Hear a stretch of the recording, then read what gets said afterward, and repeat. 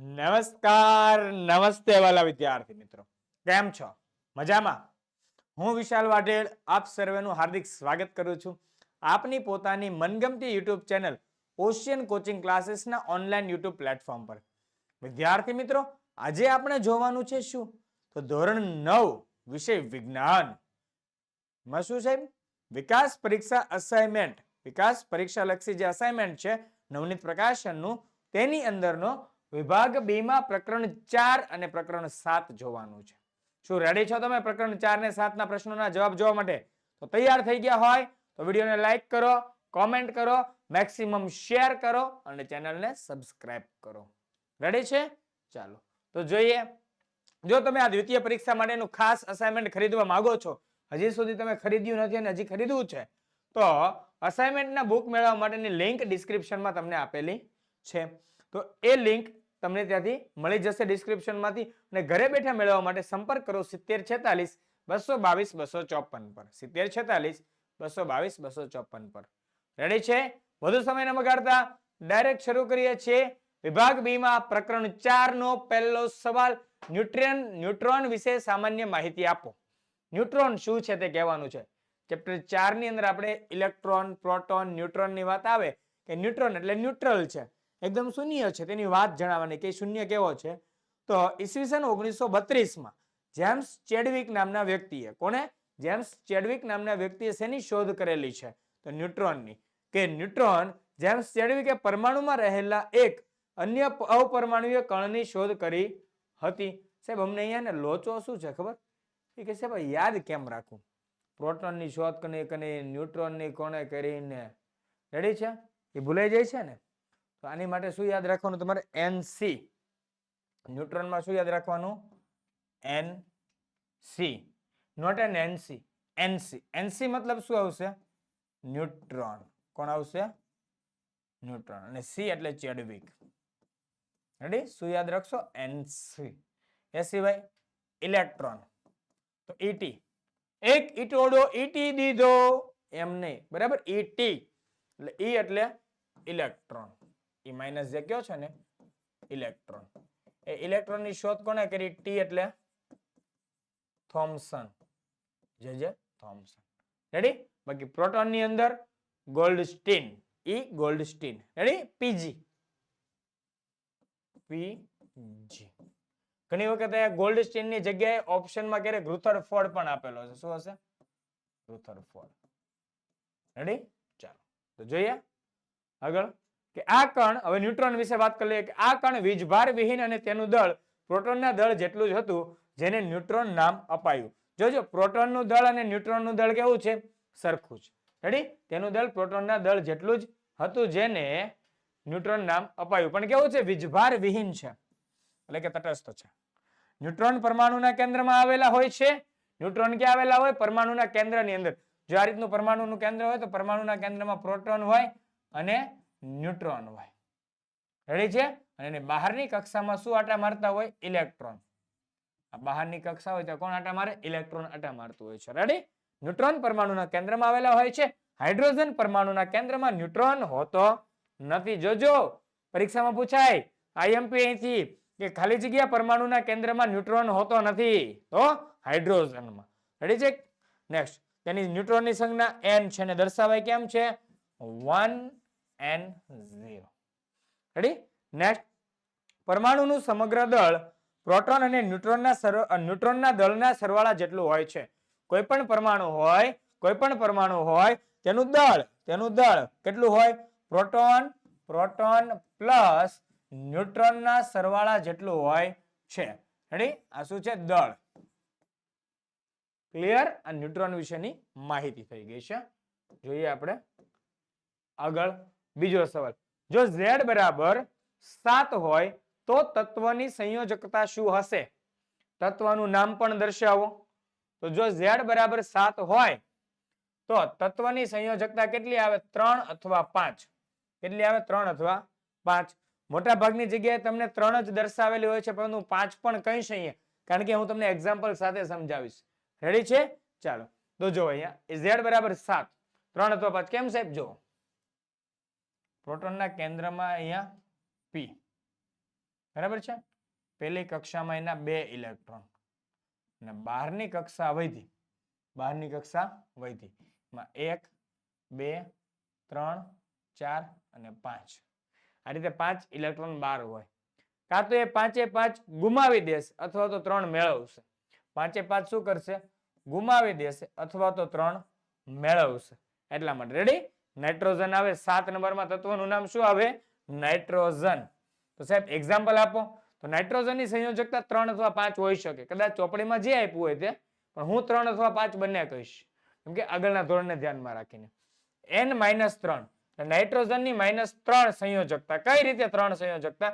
તો NH3 તો જો H+1 હોય, N-3 હોય તો જોડાય તો H3N, કેમ કે અલ્ટરનેટ થાય, બધાને ખબર છે. પણ આ રીતે નથી લખતા, NH3 લખવામાં આવે. શું લખવામાં આવે? NH3 લખાય છે. આપણે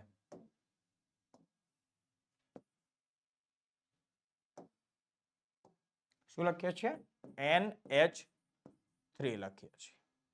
રેડી છે? એટલે એમોનિયા અથવા N+5 એટલે 5 કઈ રીતે ગુમાવશે?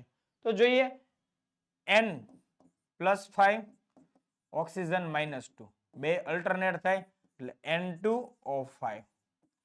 રેડી છે? તો એને શું કહેવાય? નાઇટ્રોજન પેન્ટોક્સાઇડ. આ રીતે રેડી છે? બંને સંયોજકતા આવશે ની 3 અથવા 5 ખાસ ધ્યાન રાખવું. રેડી? નેક્સ્ટ જોઈએ મેગ્નેશિયમ અને નિયોનની ઇલેક્ટ્રોન રચના દર્શાવી તેની સંયોજકતા જણાવો. તો મેગ્નેશિયમનો નંબર કેટલો? 12. એકડે બગડે 12. તેની ઇલેક્ટ્રોન રચના શું થાય? પહેલા 2 કે કક્ષામાં કેટલી ભરાય? 2 કે ની અંદર 2, L ની અંદર 8 અને M ની અંદર ફરી પાછા 2. રેડી? હવે જે 2 છે તેની સંયોજકતા કેટલી થશે? 2. 12 2 વધ્યા છે એટલે સંયોજકતા 2. અને મેગ્નેશિયમ એટલે Mg+2 બની શકે સંયોજકતા સાથે. શું બને? Mg+2. નિયોન એટલે 10 નંબરનું તત્વ. નિયોન કેટલા નંબરનું તત્વ છે? 10 નંબરનું તત્વ. 2 અને 8 અહીંયા ઇલેક્ટ્રોન સંપૂર્ણ ભરાઈ ગયો એટલે તટસ્થ અવસ્થામાં હશે. એટલા માટેની સંયોજકતા કેટલી થશે? 0 થશે. કેટલી થશે? 0 થશે. રેડી છે? ચાલો જોઈએ નેક્સ્ટ ચોથો સવાલ. સમદળીય અથવા સમભારીય તત્વો એટલે શું? કે સમાન દળ એટલે શું? સમદળીય તત્વ એટલે શું? જેના દળ સમાન હોય એની વાત થાય છે. તો જો કે જુદા જુદા તત્વોના પરમાણુ કે જેમના પરમાણુય ક્રમાંક અસમાન. પરમાણુય ક્રમાંક કેવા હોય?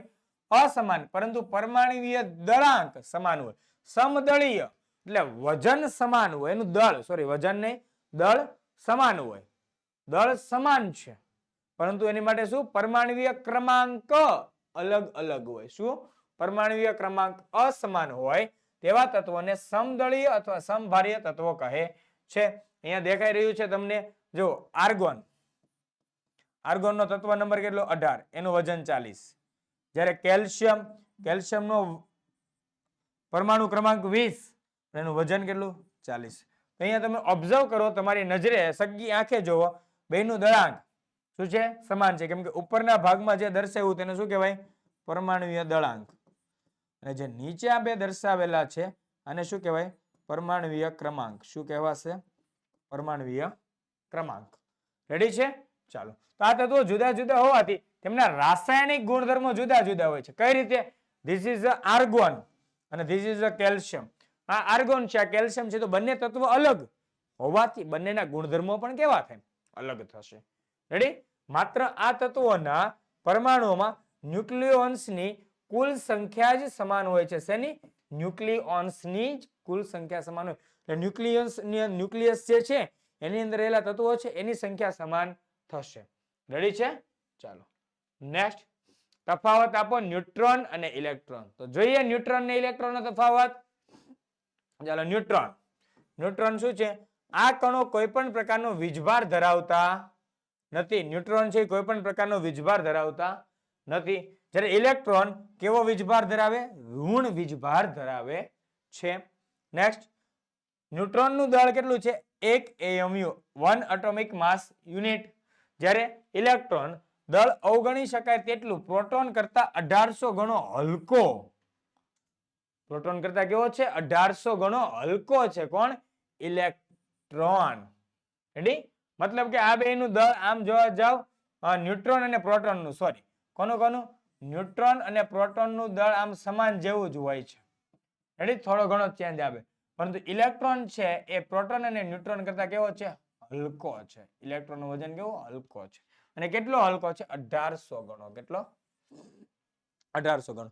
તે ન્યુટ્રોન વીજભાર રહિત હોવાથી આકર્ષણ પામતા નથી અને ઇલેક્ટ્રોન છે ધન વીજભારિત કણો તરફ આકર્ષણ પામે છે.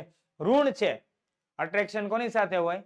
ઋણ છે અટ્રેક્શન કોની સાથે હોય? ધન સાથે. નેક્સ્ટ, કેન્દ્રમાં રહેલા કણ છે. ન્યુટ્રોન શું છે? કેન્દ્રમાં રહેલા કણ છે. જ્યારે ઇલેક્ટ્રોન મેં કીધું હતું કે 12 આટા મારે એટલે શું કહેવાય? કેન્દ્રની બહારના ભાગમાં પરિભ્રમણ કરે છે. ક્યાં પરિભ્રમણ કરે? કેન્દ્રની બહારના ભાગમાં પરિભ્રમણ કરે છે. નેક્સ્ટ, છઠ્ઠો સવાલ, કાર્બન અને સોડિયમ પરમાણુઓમાં ઇલેક્ટ્રોનની વહેંચણી દર્શાવો. તો કાર્બન એટલે C6. કેટલા? C6.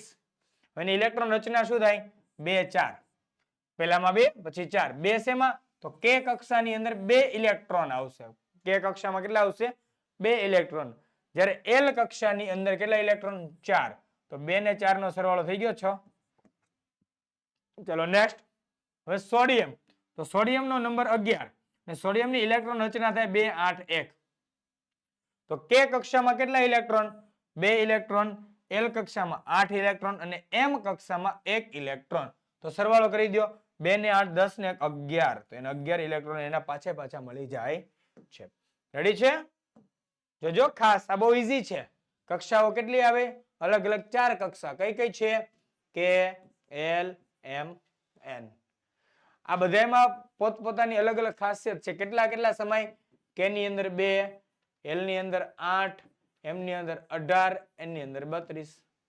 સાહેબ એની માટેનું સૂત્ર આગળ શીખવાડેલું તો ફરી પાછું 2n². કેટલું થાય? 2n². રેડી? નેક્સ્ટ, પ્રકરણ 7. વાહ, બહુ સરસ મજાનું છે. અંતર અને સ્થાનાંતરની વ્યાખ્યા આપી પ્રત્યેકનો એસઆઈ એકમ જણાવો. અંતર ને સ્થાનાંતરમાં શું છે? ફરક છે. સાહેબ શું ફરક છે? તો જોવા ચાલો અંતર ને સ્થાનાંતરનો ફરક. તો અંતર એટલે શું? કે આપેલા સમયગાળામાં ગતિ કરતા પદાર્થે કાપેલ ગતિપથની કુલ લંબાઈને શું કહેવાય? અંતર અથવા પથ લંબાઈ કહે છે. અંતરનું બીજું નામ શું? પથ લંબાઈ. તો કીધું કે આપેલ સમયગાળામાં ગતિ પદાર્થે કાપેલા ગતિપથની કુલ લંબાઈ. જેટલું ગતિપથની અંદર એને કુલ લંબાઈ કાપી છે, આમ ગયો આમ ગયો આમ ગયો આમ ગયો આમ ગયો, જ્યાં ગયો ત્યાં એને કાપેલું કુલ અંતર ગણી લેવાનું. એટલે શું થાય? ગતિ.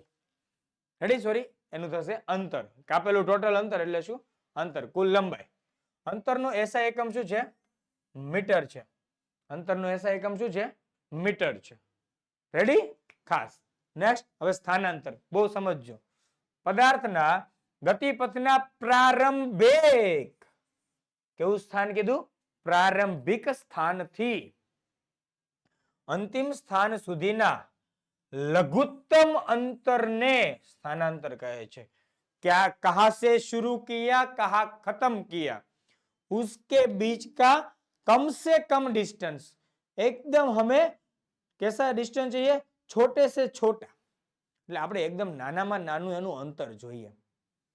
કે ધારો કે તમે સવારે 7 વાગે સુરત થી ચાલુ કરીને અમદાવાદ ગયા, અમદાવાદથી રિટર્ન આવીને વડોદરા આવ્યા, વડોદરાથી રિટર્ન આવ્યા તમે કઈ જગ્યાએ? ભરૂચ.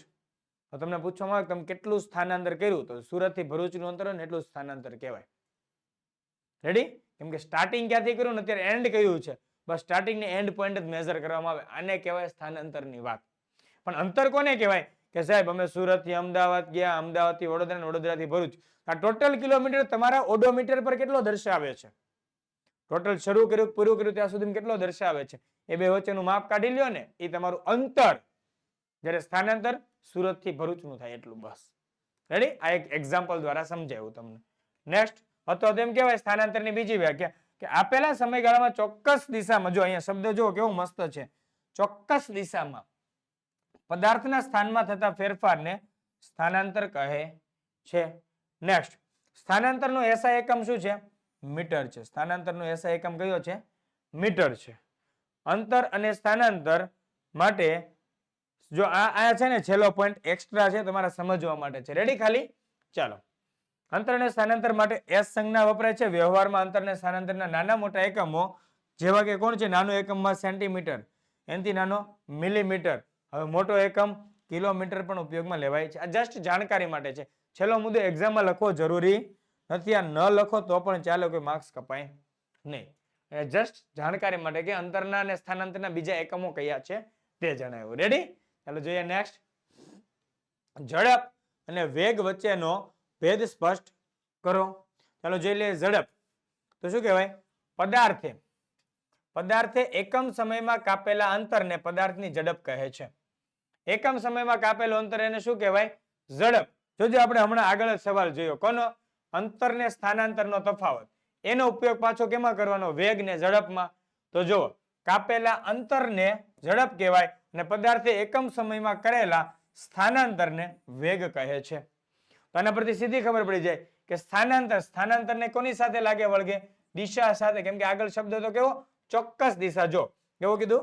ચોક્કસ દિશા કીધું હતું. તો અહીંયા પણ શું છે? દિશા સાથે લાગે, એટલા માટે વેગને કેવી રાશિ કહેવાય? સદિશ રાશિ. જ્યારે અંતરને દિશા સાથે લાગતો નથી એટલા માટે તે કેવી રાશિ? અદિશ રાશિ. રેડી?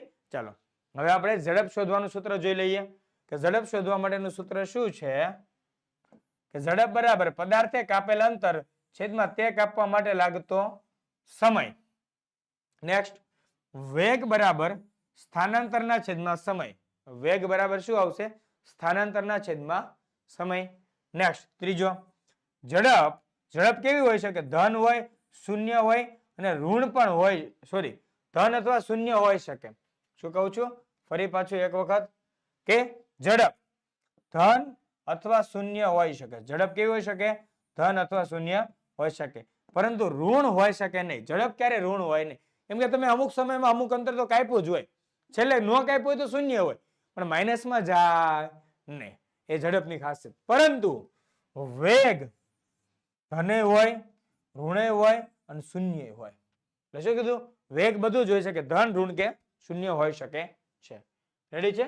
ચલો આઈ થિંક બધા જ મુદ્દા ક્લિયર થઈ ગયા હશે ઝડપ અને વેગ વચ્ચેના ભેદમાં. નેક્સ્ટ, પ્રવેગનું માત્ર સૂત્ર લખો. પ્રવેગનું શું લખવાનું છે? માત્ર સૂત્ર લખો અને તેનો એકમ જણાવો. તે અદિશ રાશિ છે કે સદિશ તે પણ જણાવો. ચાલો ઝડપ આપણે પ્રવેગનું સૂત્ર લખીશું, પણ થોડુંક હજી આપણે થોડુંક વિસ્તારપૂર્વક લખીશું. રેડી? ચાલો જોઈએ. પ્રવેગ એટલે શું? પ્રવેગ એટલે એકમ સમયમાં વેગમાં થતા ફેરફારનું માપ. એકમ સમયમાં કેનો ફેરફાર થાય? વેગમાં ફેરફાર થાય. શેનો? વેગમાં. નેક્સ્ટ, તો પ્રવેગ બરાબર શું આવે? પ્રવેગ એટલે એ બરાબર વેગમાં થતો ફેરફાર છેદમાં સમયગાળો. વેગમાં થતો ફેરફાર છેદમાં સમયગાળો. એના બરાબર શું થાય? વેગમાં થતો ફેરફાર એટલે ડેલ્ટા વી. વેગમાં થતો ફેરફાર એટલે શું? ડેલ્ટા વી છેદમાં ડેલ્ટા ટી એટલે સમયગાળો. ડેલ્ટા ટી એટલે શું? સમયગાળો. નેક્સ્ટ જોઈએ કે જો ગતિમાન પદાર્થનો ટી બરાબર 0 સમયે વેગ, ટી બરાબર 0 સમય એટલે કે પ્રારંભિક વેગ કેટલો હોય? u હોય, ને ટી બરાબર ટી સમયે તેનો વેગ એટલે કે અંતિમ વેગ કેટલો હોય? v હોય, તો પદાર્થનો પ્રવેગ એ નીચે મુજબ મળે. ચાલો એનું સૂત્ર લખવાનું છે. પ્રવેગ એ બરાબર અંતિમ વેગ માઇનસ પ્રારંભિક વેગ છેદમાં અંતિમ સમય માઇનસ પ્રારંભિક સમય. કઈ રીતે? ડેલ્ટા વી એનો મતલબ થાય અંતિમ વેગ માઇનસ પ્રારંભિક વેગ. ડેલ્ટા ટી એનો મતલબ થાય અંતિમ સમય માઇનસ પ્રારંભિક સમય. આગળ જોઈ લઈએ આપણે કે જો અંતિમ વેગને v કીધું હતું, માઇનસ પ્રારંભિક વેગને u કીધું હતું, એટલે u છેદમાં અંતિમ સમય એટલે કેટલો છે? t છે, અને શરૂઆતનો સમય એટલે 0 છે. તો v માઇનસ u ના છેદમાં t એ બરાબર v માઇનસ u ના છેદમાં t. તમને જો ઈચ્છા હોય ને પરીક્ષામાં અહીંયાથી જો હું આખું રાઉન્ડ કરું, આટલું ન લખો તો એ કઈ ફરક પડે નહીં. આ તમને સમજાવવા માટે કે કઈ રીતે સૂત્ર ને એવું. તમને શું કીધું? પ્રવેગનું માત્ર સૂત્ર લખો.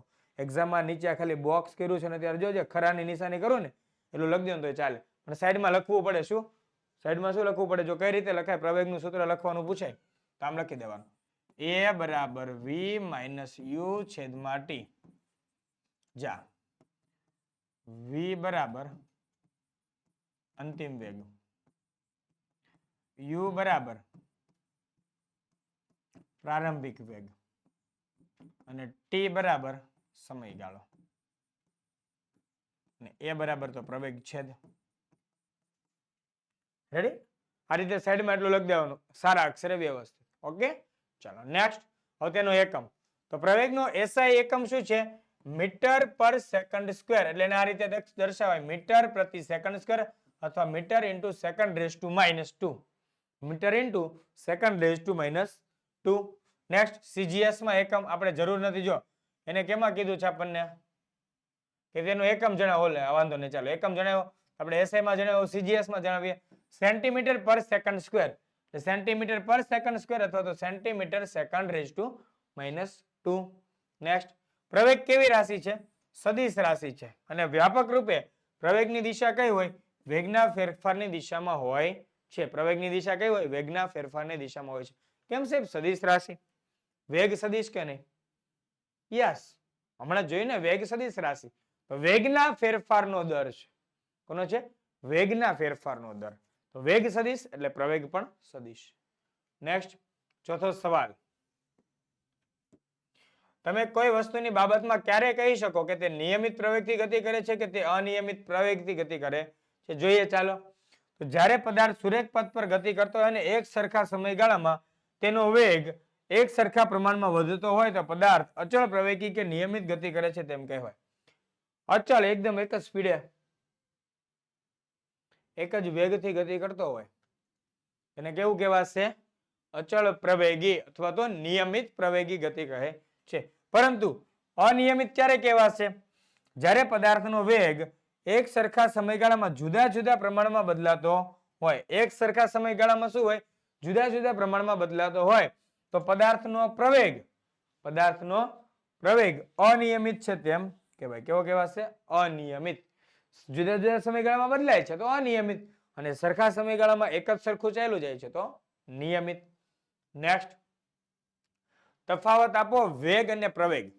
કોનો તફાવત છે? વેગ અને પ્રવેગનો. ચલો જોઈએ વેગ અને પ્રવેગમાં શું તફાવત. વેગ એટલે તો આપણે હમણાં જોયું ને, યાદ આવે છે? યાદ રાખજો, પાછું ભણવામાં ધ્યાન રાખજો. વોલેડાવ હલો, જોઈએ પ્રવેગ. તો વેગ અને પ્રવેગ. તો વેગ એટલે શું? એકમ સમયમાં પદાર્થે કરેલા સ્થાનાંતરને પદાર્થનો વેગ કહે છે.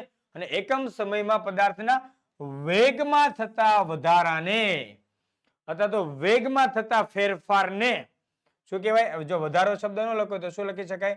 ફેરફાર. વેગમાં થતા ફેરફારને પ્રવેગ કહે છે. નેક્સ્ટ વેગનું સૂત્ર.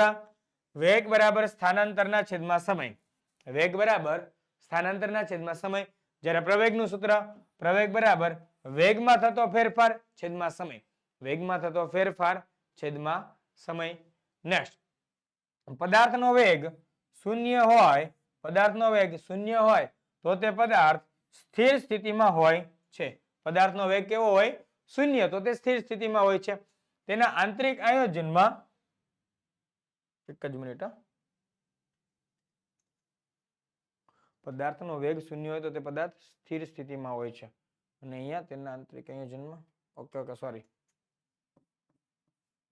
આ નહીં આવે. હા, મેં કીધું આ પાછું બાયોલોજી આવી ગયું અહીંયા. તો શું થાય? પદાર્થનો પ્રવેગ. શું કીધું? પદાર્થનો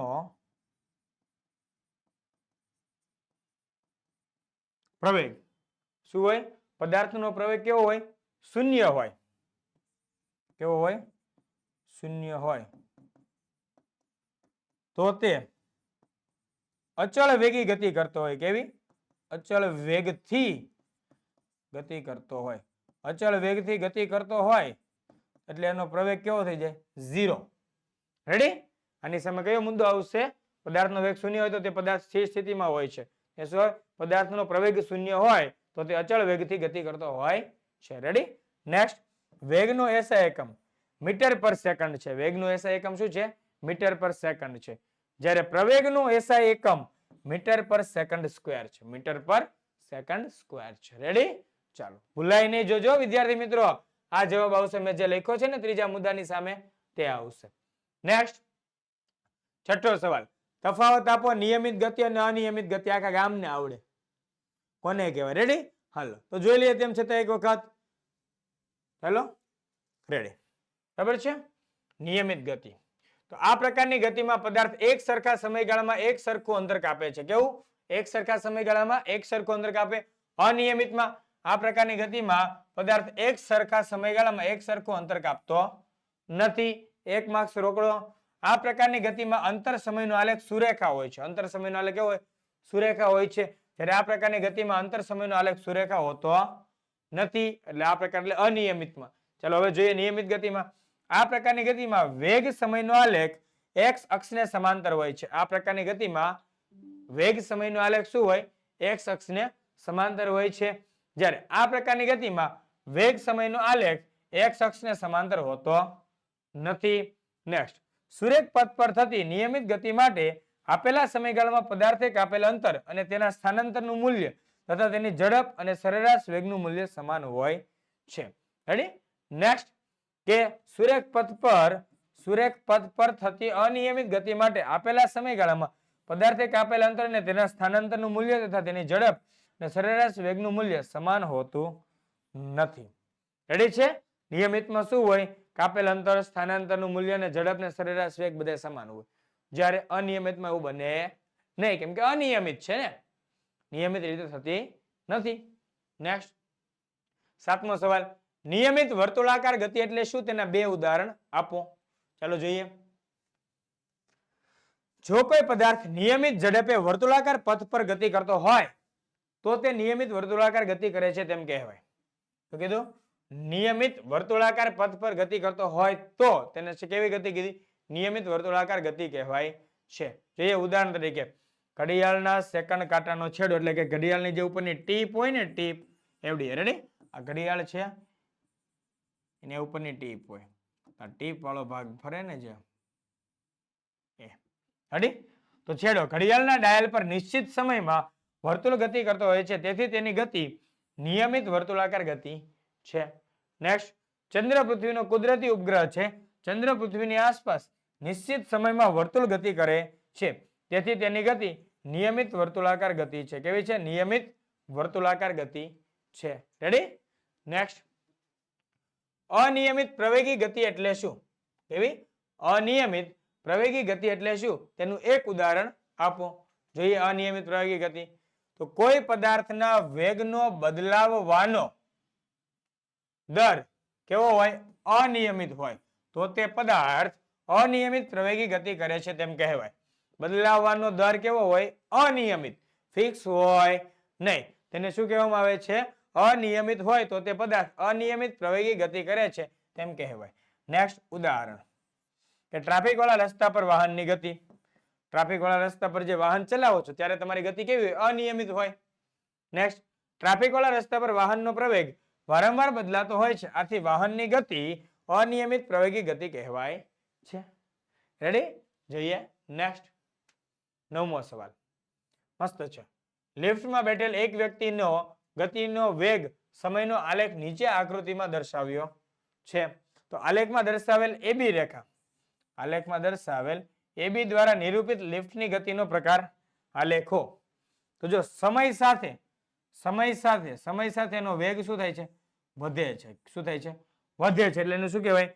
નિયમિત પ્રવેગી ગતિ. કેવી? નિયમિત પ્રવેગી ગતિ. પછી અહીંયા ગતિ સ્ટોપ થઈ જાય છે. વેગ અચળ જળવાઈ રહે છે સમય સાથે. સમય વધે છે પણ વેગ બદલાતો નથી, એટલે ત્યાં ફેરફાર કહેવાય નહીં. પણ હવે જો સમય વધે છે પણ વેગમાં શું થાય છે? ઘટાડો થાય છે. એટલે રેખા સીડી દ્વારા પ્રદર્શિત થતો લિફ્ટની ગતિનો પ્રકાર આલેખો. તે નિયમિત જ છે પણ કેવું છે? નિયમિત પ્રતિપ્રવેગી ગતિ છે. કેવી છે? નિયમિત પ્રતિપ્રવેગી ગતિ છે. રેડી? ચાલો જોઈએ નેક્સ્ટ. એક ગતિમાન કણ માટે અંતર સમયનો આલેખ નીચેની આકૃતિમાં દર્શાવ્યો છે. અંતર સમયનો આલેખ, ઊભું અંતર આપ્યું, આડું સમય આપ્યું. તો આલેખ પરથી કયા સમયગાળા દરમિયાન કણ સ્થિર છે? તો કયા સમયગાળા દરમિયાન? તો t બરાબર 10 સેકન્ડ થી t બરાબર 20 સેકન્ડ સુધી. જો અહીંયા 10, અહીંયા 20, અહીંયા 10.